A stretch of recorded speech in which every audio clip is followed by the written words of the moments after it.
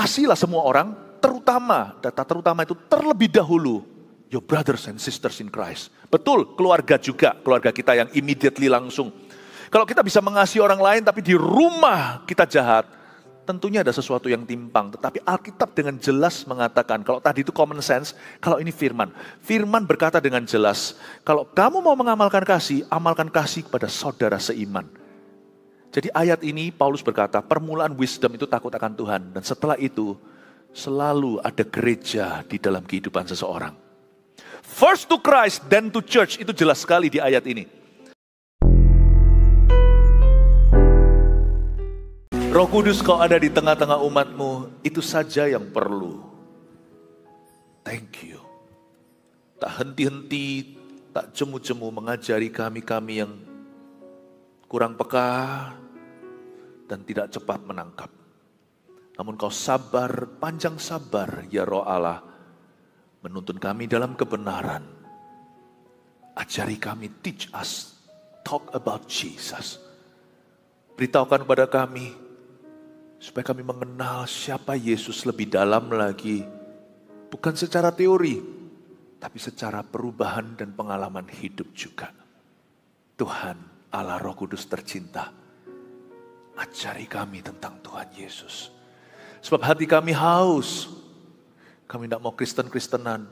Kami mau mulai dari nol setiap kali ibadah. Mulai haus, mulai lapar lagi. Dan mudah diajar. Hamba-Mu tidak pandai, tidak pintar. Hamba-Mu bergantung penuh padamu, bukan pada kependetaanku. Beri kami hikmat yang fresh untuk kami bisa belajar sesuatu yang baru. Beri kami hati seorang murid, ya Bapa di sorga. Love you so much. Dalam nama Yesus, haleluya. Amin. Puji Tuhan. Berikan tepuk tangan untuk Tuhan Yesus. Praise the Lord. Saya berikan judul untuk khotbah ini, Roh Hikmat dan Wahyu. Saya bacakan dulu ayat 15 sampai penghabisan pasal ayat 23. Karena itu setelah aku mendengar tentang imanmu dalam Tuhan Yesus dan tentang kasihmu terhadap semua orang kudus, aku pun tidak berhenti mengucap syukur karena kamu. Dan aku selalu mengingat kamu dalam doaku. Dan meminta kepada Allah Tuhan kita, Yesus Kristus, yaitu Bapa yang mulia itu, supaya Ia memberikan kepadamu roh hikmat dan wahyu untuk mengenal Dia dengan benar, dan supaya Ia menjadikan mata hatimu terang, agar kamu mengerti pengharapan apakah yang terkandung dalam panggilannya, betapa kayanya kemuliaan bagian yang ditentukannya bagi orang-orang kudus, dan betapa hebat kuasanya bagi kita yang percaya, sesuai dengan kekuatan kuasanya, yang dikerjakannya di dalam Kristus dengan membangkitkan Dia dari antara orang mati dan mendudukkan Dia di sebelah kanannya di sorga, jauh lebih tinggi daripada segala pemerintah dan penguasa dan kekuasaan dan kerajaan dan tiap-tiap nama yang dapat disebut, bukan hanya di dunia ini saja, melainkan juga di dunia yang akan datang. Dan segala sesuatu telah diletakkannya di bawah kaki Kristus, dan Dia telah diberikannya kepada jemaat sebagai kepala dari segala yang ada. Jemaat yang adalah tubuhnya, yaitu kepenuhan Dia yang memenuhi semua dan segala sesuatu. Tolong katakan amin. Injil tetap diberitakan, firman adalah firman. Jangan coba diubah, jangan coba digonta-ganti. Nggak perlu juga kita sampai ke arah LGBT. Kita harus bisa menyebut salah adalah salah, benar adalah benar di atas dasar firman. Tapi kita kasih orang yang salah agar mereka bertobat dan menerima Tuhan. Kita kasih, kita bimbing mereka, kita nggak boleh sok-sokan. Kita ini loh siapa, kacang jangan lupa kulitnya. Ada hal-hal tertentu must remain the same forever and ever, amen. Siapa menambahkan sesuatu atau mengurangi itu akan diambillah haknya dari pohon kehidupan. Jangan diubahkan, tetapi mereka cukup fleksibel. Paulus ini menurut saya adalah rasul di zaman itu yang paling modern thinking. Tapi orang ini kolot sekali kalau bicara soal fondasi. Bahkan ketika mereka memberitakan firman yang lain kepada Galatia, ada sekelompok hamba-hamba Tuhan yang mengabarkan sunat. Maksudnya begini loh, kalau mau terima Yesus itu Yesus plus. Yesus bukan satu-satunya jalan. Paulus langsung counter itu. Dan dia berkata, itu salah sekalipun kalau ada malaikat datang kepadamu memberitakan Injil lain selain daripada yang kami beritakan kepadamu, termasuk kalau kami sendiri yang berubah setia, terkutuklah orang itu siapapun juga. Paulus itu sangat kolot. He was hard at the center, but he was flexible at the edges. Paulus itu sangat-sangat baku di di pusatnya atau di prinsipnya. Tapi dia itu seperti kemucing, bulu-bulu di pinggirnya. Dia bisa membedakan mana adalah pewahyuan Allah. Jangan coba negosiasi atau dijamah. Tak ada tawar-menawar lagi. Tapi mana itu hikmat Tuhan yang menyesuaikan zaman. Amazing. Saya mengagumi orang ini. Ini seorang hamba Tuhan yang smart. Orang berkata Tuhan bisa pakai kelemahan kita, betul. Buktinya Petrus. Petrus itu nelayan. Tapi Tuhan juga bisa pakai kelebihan kita. Buktinya Paulus, bahasa pun multilingual dia. Dia itu orang Yahudi, warga negara Romawi. Dan dia itu sangat smart. Dia belajar dalam law zaman itu. Karena zaman dulu, hukum yang diberlaku adalah religious law. Di bawah Romawi. Dia ngerti hukum Roma. Dia tahu orang tidak boleh dicambuk kalau dia adalah warga negara Italia. Dia tahu itu. Namun demikian dia juga paham agama bangsanya. Ini orang menurut saya seorang yang jenius. Padahal dia dulu adalah penganiaya jemaat. Bapak Ibu Saudara, that's what the Holy Spirit can do in our life. Itu yang Roh Kudus bisa lakukan dalam kehidupan kita. Siapa bilang Roh Kudus kalau masuk ke hati kita itu dia berhenti di hati. Dia bisa rombak seluruh pikiran kita. Itu semua adalah hikmat Allah. Tapi hikmat itu bermula pada takut akan Allah. Tapi dia tidak berakhir pada takut akan Tuhan. Hikmat itu mulainya pada takut akan Tuhan. Dia berakhir pada kesempurnaan. Tuhan itu akan bekerja dengan cara yang heran. Siapa bilang kalau kenal Tuhan itu hanya kerohanian? Kerohanian itu nomor satu. Setelah itu dia akan menuntunmu dalam segala aspek kehidupan. Luar biasa. Tapi mari kita baca sekarang, Paulus ngomong apa soal hikmat dan wahyu Tuhan bagi kita. Karena itu, setelah aku mendengar tentang imanmu dalam Tuhan Yesus, dan tentang kasihmu terhadap semua orang kudus, aku pun tidak berhenti mengucap syukur kepada kamu. Paulus menulis surat ke Efesus ini dari penjara di Roma. Dia sudah tidak ada di kota Efesus, ini sudah lewat 3 tahun itu. Dan dia berkata gini, saudara-saudaraku, dear jemaat, setelah aku mendengar tentang imanmu dalam Tuhan Yesus. Ingat ya, iman itu harus pada Tuhan, bukan pada orang. Orang berkata begini, kalau datang ke gereja itu lihat Tuhan, bukan lihat manusia. Itu betul sekali. Tapi hati-hati, dari mulut siapa keluar kalimat itu. Kalau keluar dari mulut orang yang trauma sama gereja atau kepahitan, maka tidak ada spirit yang benar di balik perkataan itu, sekalipun teorinya betul. Karena kita menyembah Tuhan itu dalam roh dan kebenaran. Paham Bapak Ibu ya? Gak bisa hanyalah teorinya betul. Tapi kalau orang yang menyebutnya salah, Anda juga harus hati-hati. Karena akar kepahitan itu menular sekali. Ingat suatu saat Paulus ada di kota lain, yaitu Filipi. Ada satu orang yang berkata di belakangnya, orang itu kesurupan setan. Ahli nujum bahkan. Dia jalan dan berkata, inilah hamba Allah yang maha tinggi, dengarkan dia. Paulus gak serk, setelah berapa hari menoleh dan tengking dia. Itulah cikal bakal Paulus masuk penjara. Karena tuan-tuannya atau majikan bos-bosnya gak terima. Karena orang ini dijadikan cuan-cuanan. Ini orang yang meramal dan selalu tepat, begitulah. Sekalipun dia betul, ini adalah hamba Tuhan yang maha tinggi, membawa pesan dari yang maha kuasa. Tapi kalau keluar dari mulut setan, itu ada agenda. Di balik itu nanti kalau Paulus sukses, kan akhirnya di mata orang kan Tuhan sama setan kongsian. Just because sesuatu yang Anda lakukan itu betul, jangan sembarang kerjasama sama orang. Karena nanti ujungnya tidak ada persamaan antara gelap dan terang. Kita tuh harus bijaksana, roh hikmat dan wahyu itu tahu bahwa gak hanya dalam roh dan gak hanya dalam kebenaran maksudnya. Perhatikan roh orang itu juga. Dalam roh dan kebenaran. Tapi kalau orang ngeroh tidak bisa menunjukkan kebenaran juga jangan asal percaya. Misalnya Anda mau beli sesuatu atau mau ada urusan bisnis dengan seseorang, dia berkata nggak apa-apa lah, sama-sama orang Kristen. Justru kalau orang itu punya Roh Kudus, dia mau semuanya terang-terangan. Segala sesuatu tertulis kalau bisa. Karena orang yang penuh Roh Kudus pasti seleranya itu kebenaran. Aku mau tidak ada yang namanya sembunyi-sembunyi, rekayasa, asumsi. Everything must be clear in advance. Semuanya harus jelas di depan. Lihat ya, orang kalau penuh Roh Kudus gak akan berkata gini, wah lu gak percaya, kan gua pendeta. Malah justru kalau pendeta, malah gak ngomongnya dia pendeta. Kalau itu urusan non-kependetaan, dia akan berkata semuanya harus fair-fairan.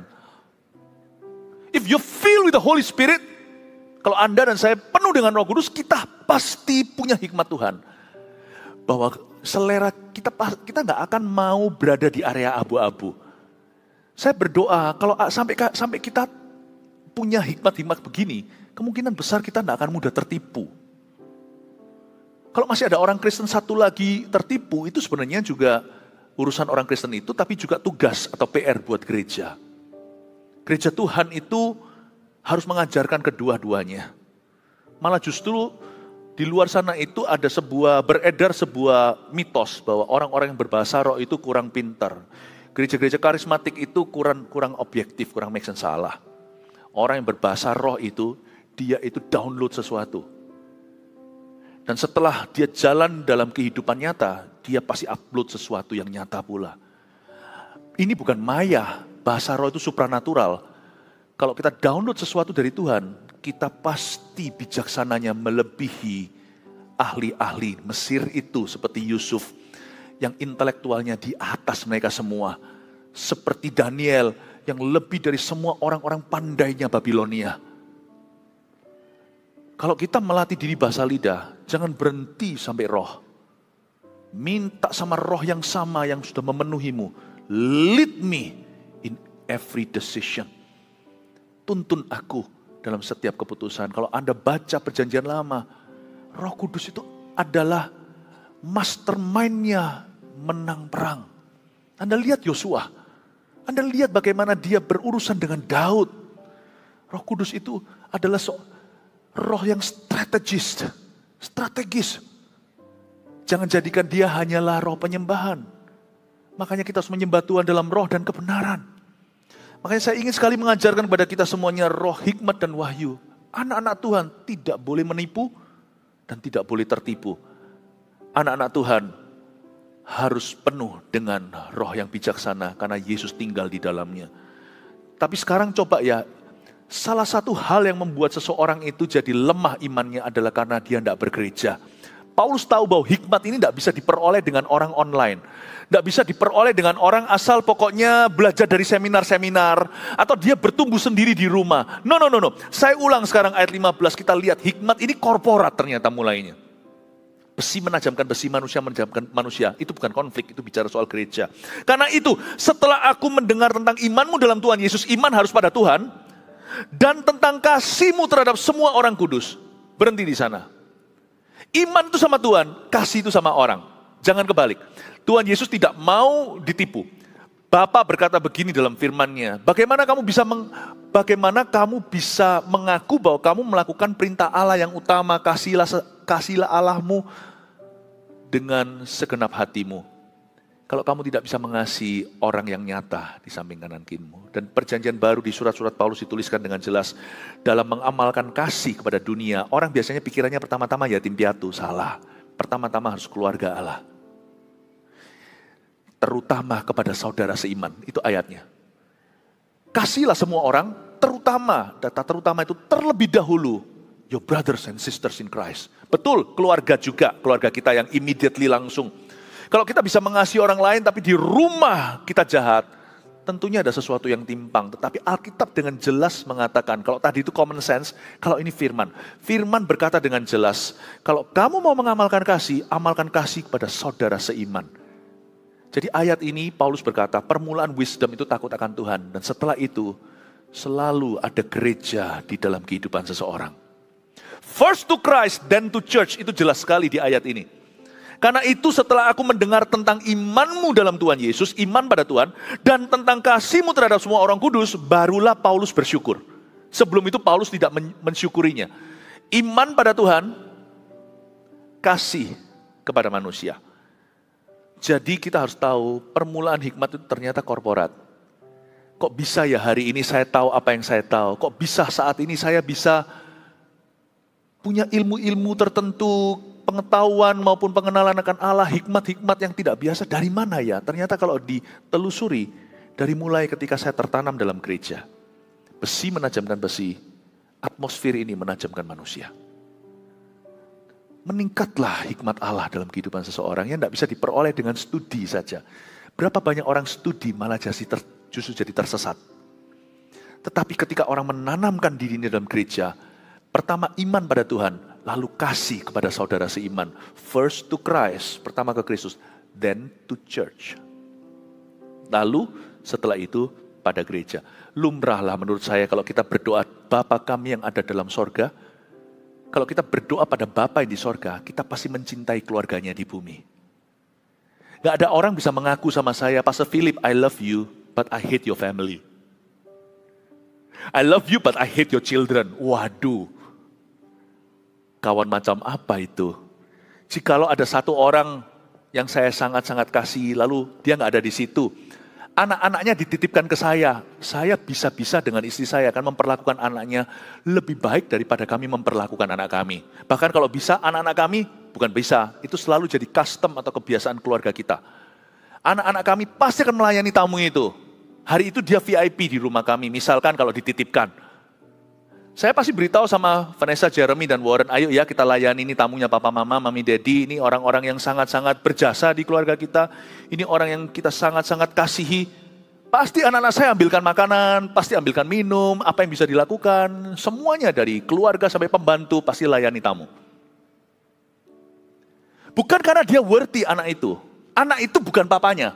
Tapi kalau kita kan apa kalau kita memperhatikan, kalau kita melihat, kalau kita pertimbangkan mukanya papanya, menurut saya kita harus perlakukan anaknya dengan sungguhan. Mengapa saya melayani dalam gereja yang tidak sempurna? Orang berkata gereja itu hospital, rumah sakit. Not really. In this church is not a hospital. Gereja ini bukan rumah sakit. Gereja ini rumah sembuh. Yang sakit akan sembuh di sini. Kasih tepuk tangan untuk Tuhan Yesus.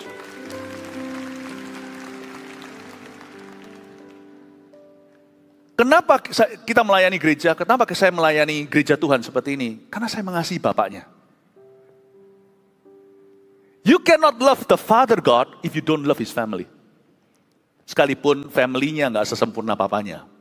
Kita tidak bisa mencintai Yesus kalau kita tidak mencintai murid-muridnya. Sekalipun murid-muridnya, alamak kata orang Malaysia, bandel-bandel. Nggak percaya, angkatan nggak percaya, berapa lama lagi aku harus tinggal bersama dengan kamu. Menggerutu, siapa lebih besar, kalah sama anak kecil. Aduh, murid-murid Yesus tuh sekia-sekia semua. Childish tenan. Tapi coba Anda perhatikan, Yesus bilang apa sama Petrus? You love me? Kamu kan nyangkal aku, tapi kamu cintakan sama aku? Mau.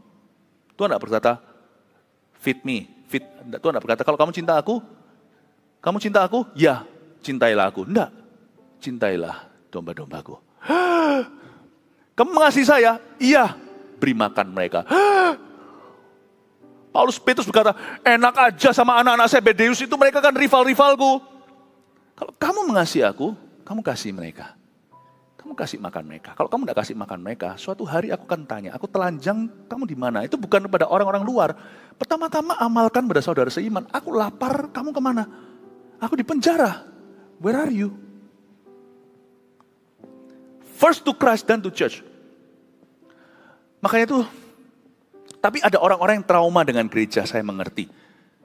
Jadi biasanya akan mencari sesuatu yang less than a church.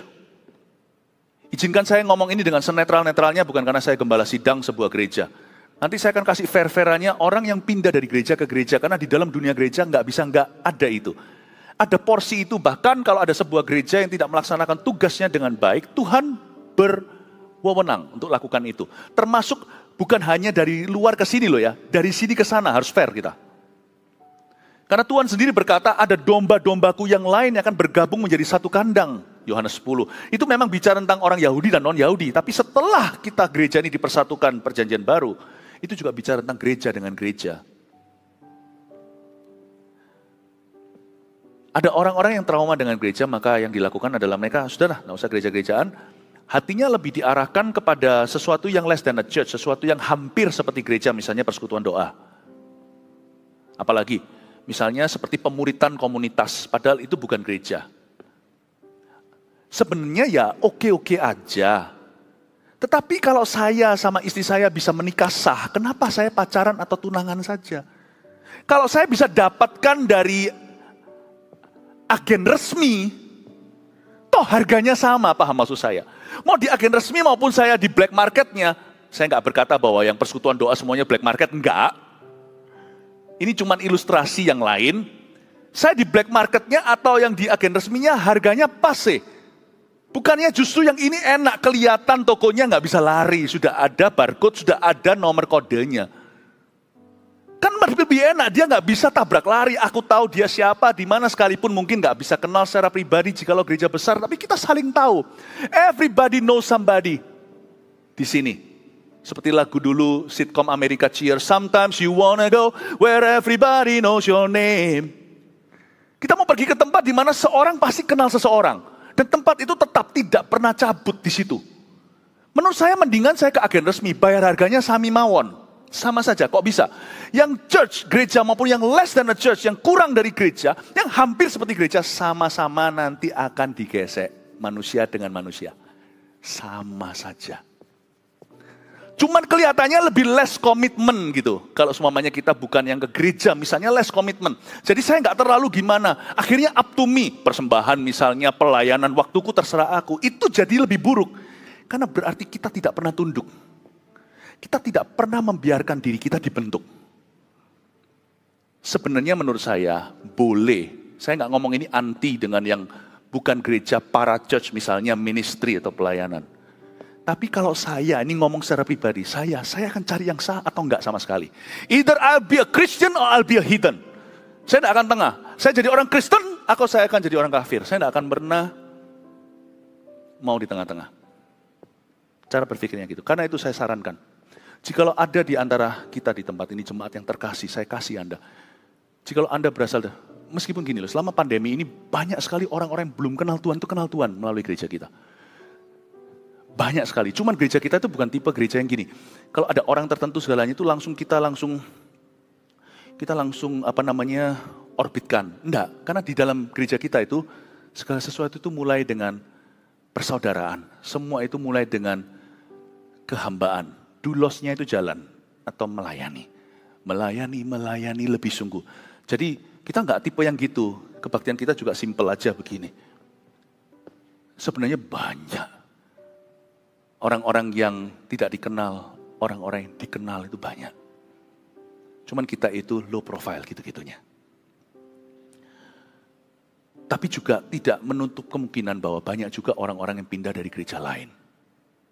Kalau Anda memang selama 2 tahun, 3 tahun pandemi kemarin, Anda baru pindah ke Jemaat Sharon, saya minta sebagai gembala sidangmu, sebagai gembala sidangmu yang baru, untuk menyelesaikan masalah hati dengan gereja lama. Kalau perlu, Anda perlu keluar baik-baik dulu. Kalau memang bukan itu tempatmu, perlu loh. Kalau tiba-tiba ngilang gitu, mungkin perlu ada sedikit sounding, dan bukan sedikit, perlu permisi. Kita selalu terapkan keluar masuk itu diberkati. Baik-baik datang, baik-baik pergi. Dan kalau sudah di tempat baru, jangan rasan-rasan gereja lama. Karena waktu Daud itu hatinya berkenan pada Allah. Ketika ada 2 orang datang dan berkata, aku penggal Saul. Mereka kira akan di-reward, diupahi sama Daud. Daud berkata, kalian justru harus dihukum oleh Allah. No. Nggak boleh rasan-rasan. Di gereja kita.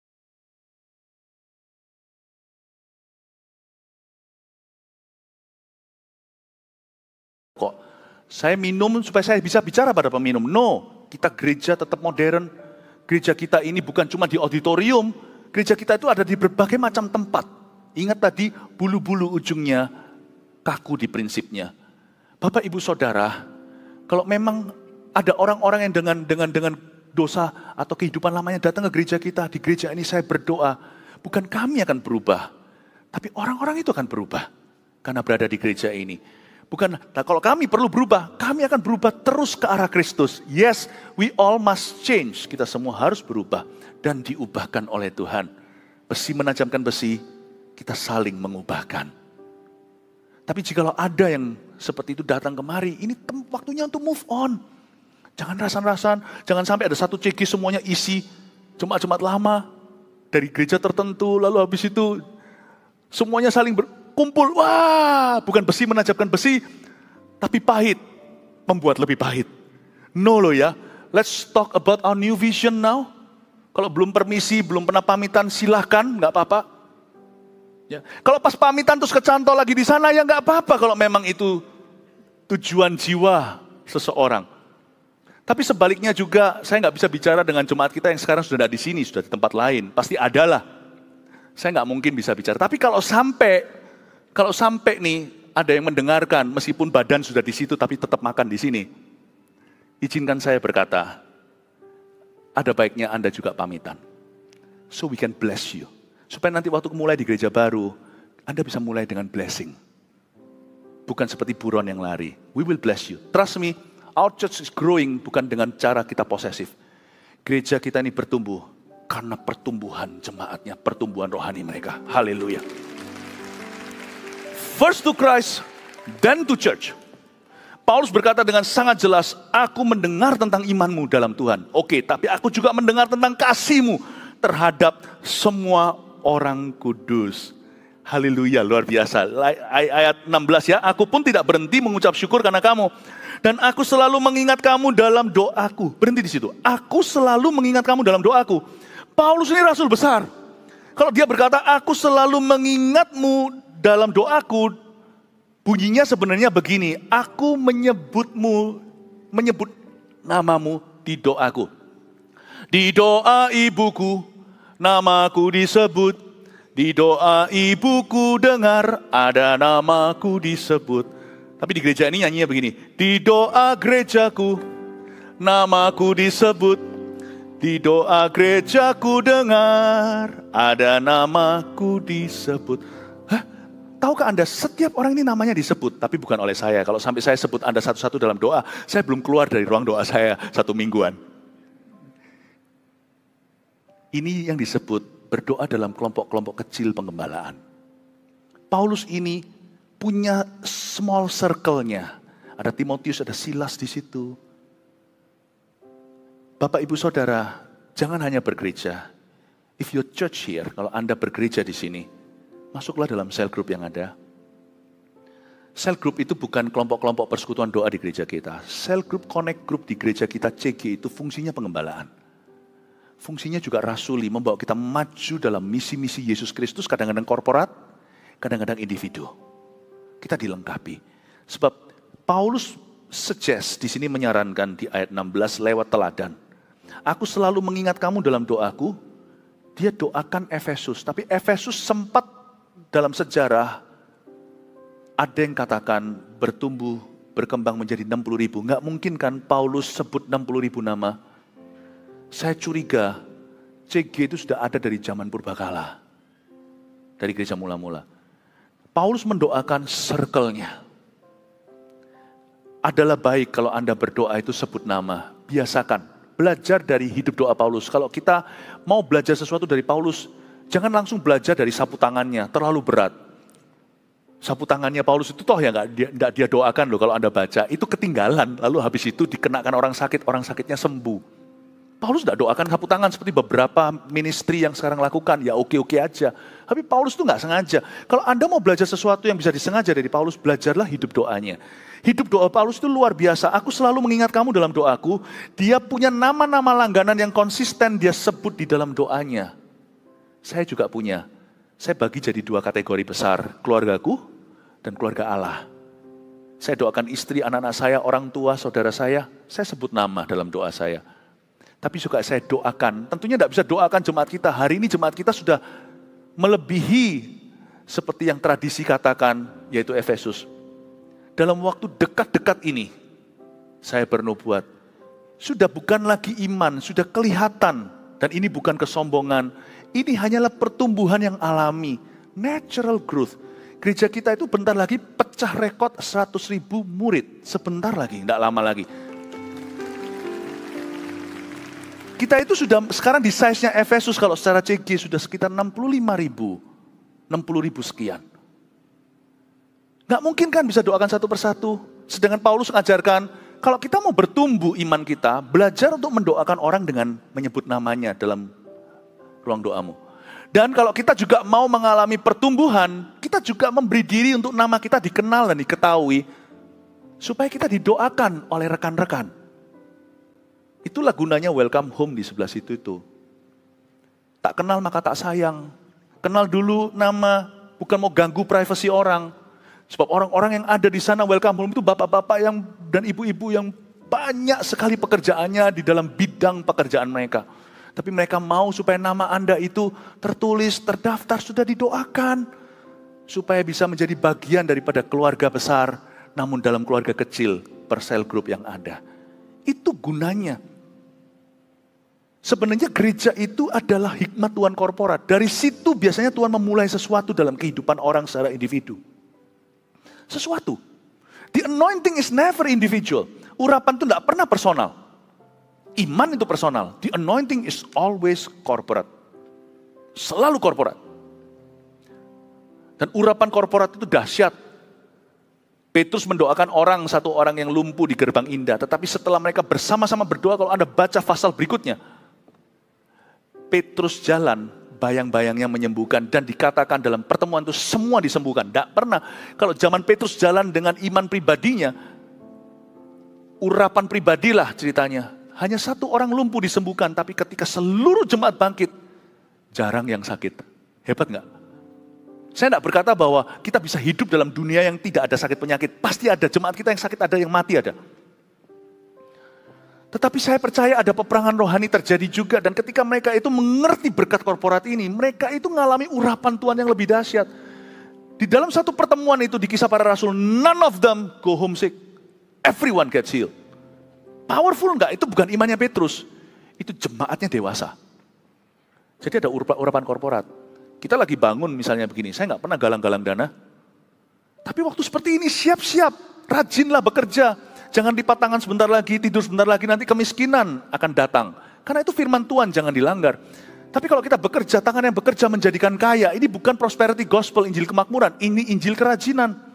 Dan kalau kita kita lakukan tugas kita, bagian kita, siap-siap. Karena sekarang ini Tuhan lagi kenceng-kencengnya buka keran. Kalau Anda mau lihat, zaman Hagai, waktu Hagai bernubuat tentang bait suci yang dibangun kemudian yang sudah runtuh di zaman Salomo itu. Itulah saatnya bangsa Israel diberkati supaya jadi berkat. Urapan korporat itu kita harus bisa menafsirkannya. Makanya saya memutuskan hari ini tidak memberikan kepada Anda firman-firman yang biasa untuk didengar. Saya kasih firman-firman yang mencelikkan. Kan roh hikmat dan wahyu. Supaya Anda memperoleh wahyu. Oh gitu ya, jadi bergereja itu bukan hanya sekedar, oh I come to church. No, you prepare your heart. You're receiving something as you're giving something. Waktu kita datang ke gereja itu kita menerima sesuatu sambil kita memberi sesuatu. Kadang-kadang dahulu mendahulu, memberi dulu baru kita menerima. Ini bukan bicara tentang keuangan, bicara tentang kehidupan. When you give your life, sesuatu terjadi. Makanya saya nggak mau kita datang ke gereja telat-telatan juga. 2 minggu lagi, saya akan khotbah lagi. Mungkin saya akan khotbahkan tentang budaya kita ini loh, orang-orang Indo, orang-orang Timur yang harus berubah. Termasuk budaya telat, budaya malu-malu, sungkan-sungkan. Nanti saya akan bahas satu persatu, saya kupas 5 kali. Salah satu yang merugikan itu adalah telat-telatan itu. Let's strive not to. Gereja itu cuma sekali seminggu. Cuma sekali seminggu. Ya kan masih ada minggu depan. Gak tentu semua orang punya minggu depan. Oh, haleluya. Saya berdoa supaya roh hikmat dan wahyu kita semuanya punya. Oh, haleluya. Siapa diberkati Tuhan? Amin. Praise the Lord ya. Lanjut lagi ya. Kasih tepuk tangan untuk Tuhan Yesus. Ayat 17. Dan meminta kepada Allah Tuhan kita Yesus Kristus, yaitu Bapa yang mulia itu, supaya Ia memberikan kepadamu roh hikmat dan wahyu untuk mengenal Dia dengan benar. Saya garis bawahi, roh hikmat dan wahyu untuk apa? Bukan untuk smart, bukan. Roh hikmat dan wahyu untuk apa? Untuk sukses, bukan. Roh hikmat dan wahyu untuk mengenal Dia dengan benar. Saya jelaskan sekarang perbedaan wahyu dan hikmat apa. Wahyu itu adalah knowing God atau mengenal Allah. Bedakan antara mengenal Allah dengan tahu tentang Allah. Kita tahu tentang presiden kita, bukan berarti kita kenal beliau. Coba saya tanya, kalau pagi hari atau kaos kaki apa yang beliau paling suka pakai pergi dinas atau ketika informal meeting? Nggak tahu, istrinya pasti tahu. Keluarganya, orang dekat, ajudan misalnya. Tahu tentang Yesus tidak membuat kita itu punya wahyu Yesus Kristus. Makanya itu orang kalau sekolah hanyalah untuk cari teologi, bukan untuk rendah hati kenal Allah, kita tahu diri, situ Tuhan saya orang berdosa. Tuhan akan sembunyi main peta umpet sama orang itu, keluarnya hanya jadi orang Farisi nanti. Bukan berarti tidak ada pengetahuan. Sekali lagi, siapa bilang gereja karismatik itu tidak dalam pengajarannya? Saya rasa sudah waktunya itu kita ubahkan mitos itu. Wahyu adalah knowing God. Sedangkan hikmat itu aplikasinya. Apa yang kita pelajari tentang Allah itu membuat kita jadi kenal Allah. Roh wahyu dan hikmat untuk mengenal Allah itu, bagaimana itu diaplikasikan dalam kehidupan kita. How do you apply what you learn? Oleh karena itu wahyu dalam Alkitab yang kita perlu pelajari tentunya adalah tentang nama-nama Tuhan. Bukan berarti kita gonta-ganti ya, nanti nama Yesus jadi apa, namanya Allah jadi apa, sudahlah. Terlalu banyak produk baru di dunia ini. Hal-hal tertentu tentang iman tetap lama aja. Buktinya loh, makco saya dulu itu yang tidak bisa membaca. Makco saya dengan kepangnya, dengan kakinya masih kecil gaya Tiongkok China. Itu adalah seorang pendoa, saya yakin dari dulu menyebutnya pasti Ju Yesu, Yesus. Masa masuk neraka gara-gara nama Armenia Tuhan atau nama Ibraninya kurang, lafalnya kurang tepat. Mari kita tidak membuat aneh-aneh, mari iman kita sehat. Di luar sana akan lebih banyak lagi, saya nubuatkan ke depan akan banyak aneka ragam pengajaran. Orang-orang akan mengumpulkan pengajar-pengajar yang diinginkan telinga mereka. Tapi selama kami hidup, kami akan terus mengajarkan apa yang simple, sederhana, tapi yang paku bumi di hati. Bapak Ibu Saudara, nama-nama Allah itu bukan dipelajari untuk kita gonta-ganti nama Tuhan. Nama-nama Allah itu kita pelajari untuk kita ngerti karakternya. Dia Yehovah Rafa. He is our healing. Yehovah Jireh. Dia adalah penyedia kita. Aku cuma taat aja pada vision. Tuhanlah sisinya provision. Nama-nama itu kita pelajari. Selain itu karakternya tentunya jelas. Nature, hakikat Allah, powernya, kuasanya. Bukan hanya sampai power, perintahnya jangan dilupakan. Jangan hanya kita mau janji. Tapi kalau kita sudah ngerti perintah Tuhan, jangan berakhir di hukum Taurat. Kita tahu bahwa Allah Bapa kita itu is a good God. Allah itu baik, God is good all the time. Bahwa dia punya janji-janji. Salah satu janji Tuhan, salah satu perintah Tuhan malahan yang mengandung janji.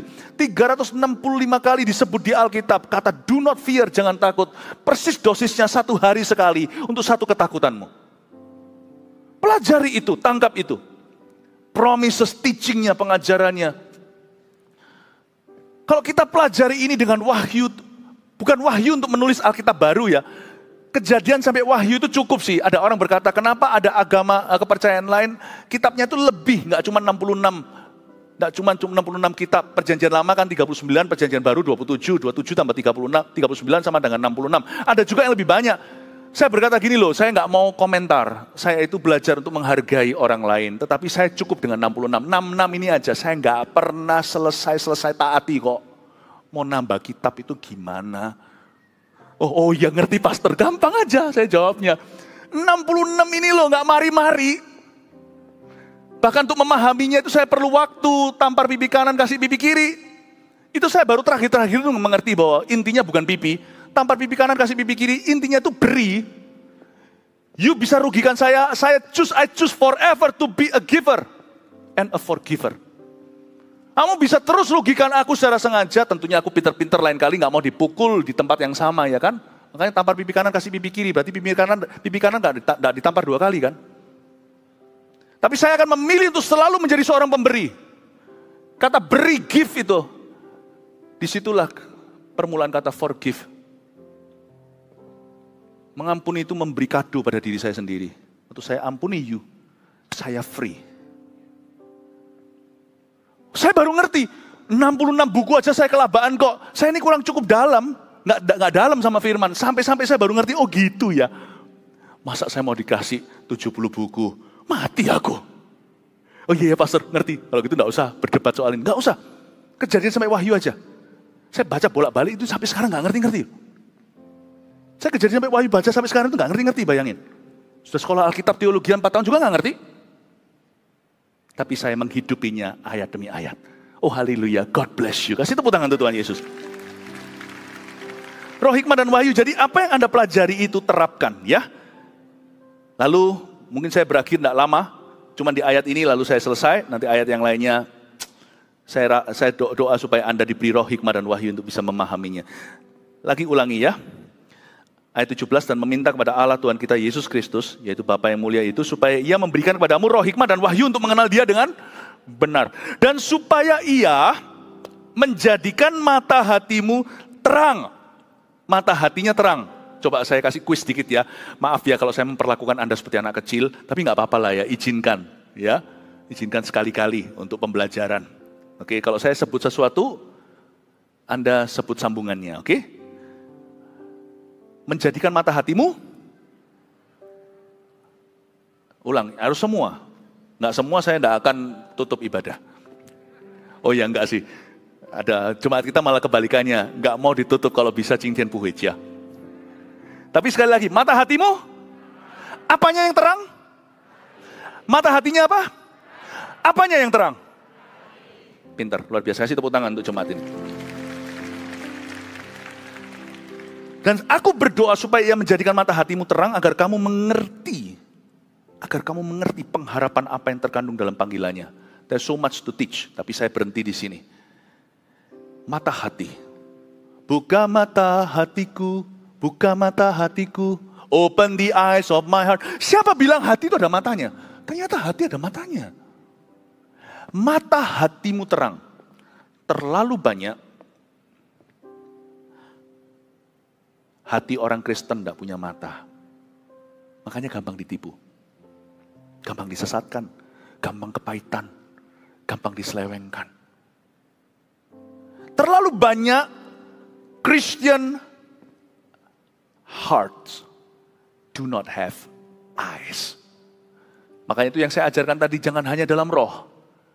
Dalam kebenaran. Christian hearts could think. Hati orang Kristen bisa mikir. Misalnya ada orang berkata, tapi dia Kristen loh pastor, kok bisa begitu?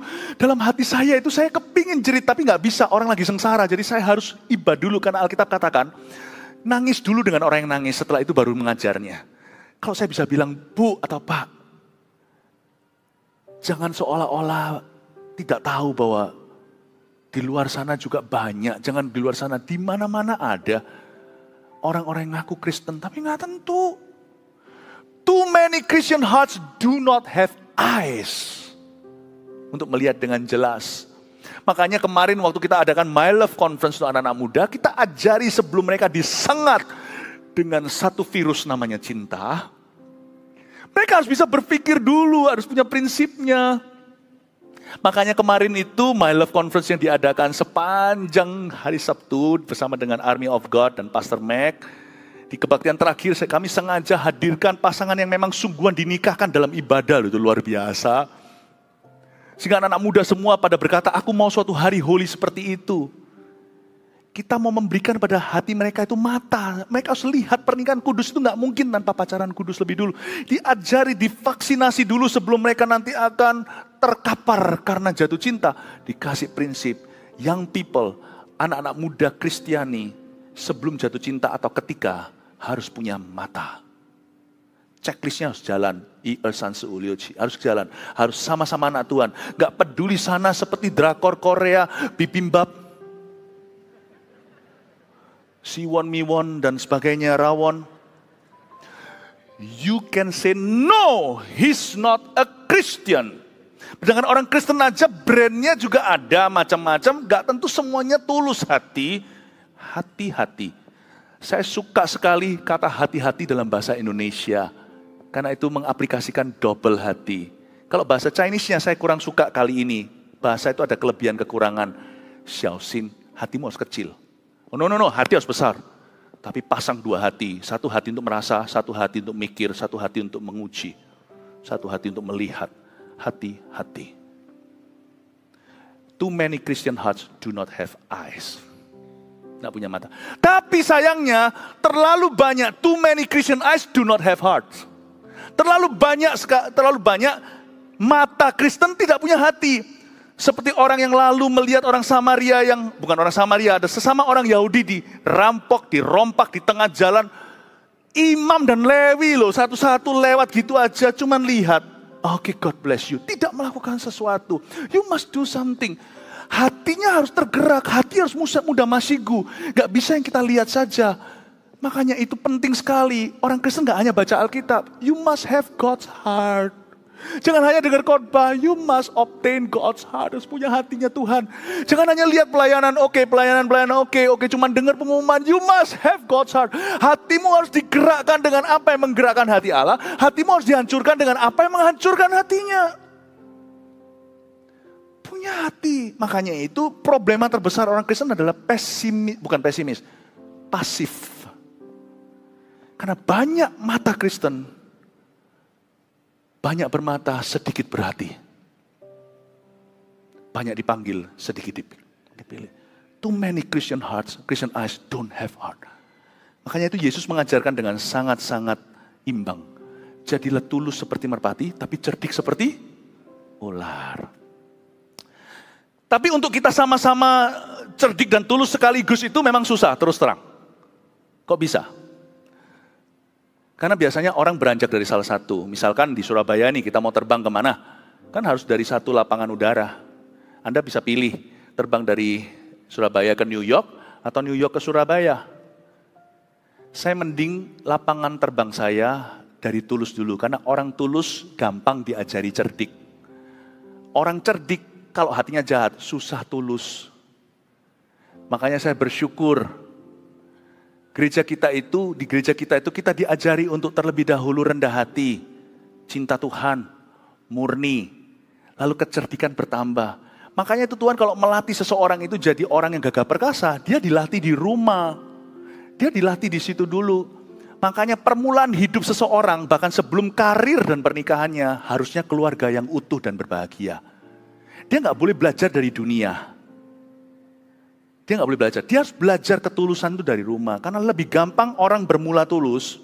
Tetap tulus tapi jangan jadi ular. Bermula tulus, lalu dia diajari untuk cerdik. Daripada orang yang lihai, cerdik, jahat lagi. Cinta akan uang lagi, akar kejahatan. Orang seperti itu diajak tulus, susah. Dibawa masuk ke gereja pun nggak tentu berubah. Dibaptis pun seperti Simon si penyihir yang sudah nggak murni itu. Ada satu kasus di Kisah Para Rasul, Simon versus Simon. Simon Petrus versus Simon ini, penyihir, seorang paranormal yang sangat-sangat berkuasa di Samaria. Dia sudah nggak murni, dibaptis sama Filipus karena Filipus lebih sakti di matanya. Filipus kan bawa kuasa Allah, banyak roh jahat teriak, satu kota bertobat, orang lumpuh berjalan. Orang itu dibaptis selamkan, setelah itu membuat sebuah proposal kepada Rasul Petrus dan Yohanes yang datang dari Yerusalem berkunjung. Itu berapa duit itu? Kamu bisa tumpang tangan orang rebah, orang penuh Roh Kudus, bisa punya marifat gitu. Kamu bisa sembuhkan orang sakit seperti itu, berapa duit itu? Aku mau itu berapa? Dan Petrus berkata, enyahlah kamu dan uangmu pergi ke neraka, sebab kamu tidak punya bagian dalam pelayanan ini. Karena hatimu pahit, kata pahit itu berarti tidak tulus. Susah ya, dibaptis, masuk gereja, masuk dalam sistemnya gereja. Tapi sekalipun dia masuk gereja setan tidak pernah keluar dari hatinya. It's harder untuk memproses orang begini. Makanya lebih baik kita itu mencegah lebih baik daripada mengobati. Karena paling susah itu untuk menyuci atau mendaur ulang orang yang pernah rohani tapi tidak murni. Lebih baik orang berdosa yang jahat seperti penyamun di samping salib Yesus. Orang seperti itu lebih gampang diproses oleh gereja. Makanya itu pertahankan ketulusanmu. Jaga anak-anakmu. Mereka harus belajar apa itu kasih sebelum mereka tahu cinta dari dunia. Mulai mereka dengan tulus. Gampang ajarkan ilmu pengetahuan dan kecerdikan. Tapi kalau orang sudah terlanjur cerdik, lihai pintar, lihat segala sesuatu, masuk ke hadirat Allah pun orang lihat Tuhan, dia lihat bagaimana ini bisa aku manipulasi, gimana aku bisa meraup keuntungan. Susah. Karena orang yang cerdik saja tidak bisa dibuat tulus semudah itu. Tapi orang yang tulus gampang cerdik seperti ular. Gampang kok. Orang tulus juga bisa gaya ular kalau mau. Tapi ular jadi domba tidak bisa dia karena dia berbisa. Paham maksud saya Bapak Ibu Saudara? Alkitab ajarkan roh wahyu dan hikmat. Cerdik perlu. Mari kita mulai dengan tulus bersama dengan Yesus. Setiap kali datang ke dalam kebaktian, datang dengan tulus yuk. Setiap kali saat teduh bersama, ayo kita tulus berdoa kepada Tuhan. Karena Alkitab berkata di sini, mata hati kita harus terus diterangi. Hati kita harus punya mata. Dan berdoa mulai hari ini gereja ini semakin lebih dari sebelumnya. Sudah sih kesaksian saya sebagai gembala Anda. Ini gereja yang punya hati dan punya mata. Itu kebanggaan kami bisa menggembalakan Anda. Sebenarnya kamilah yang beruntung bisa menggembalakanmu. Bukan sebaliknya Anda yang beruntung digembalakan oleh kami. Love you so much. Jesus loves you. Bertumbuh.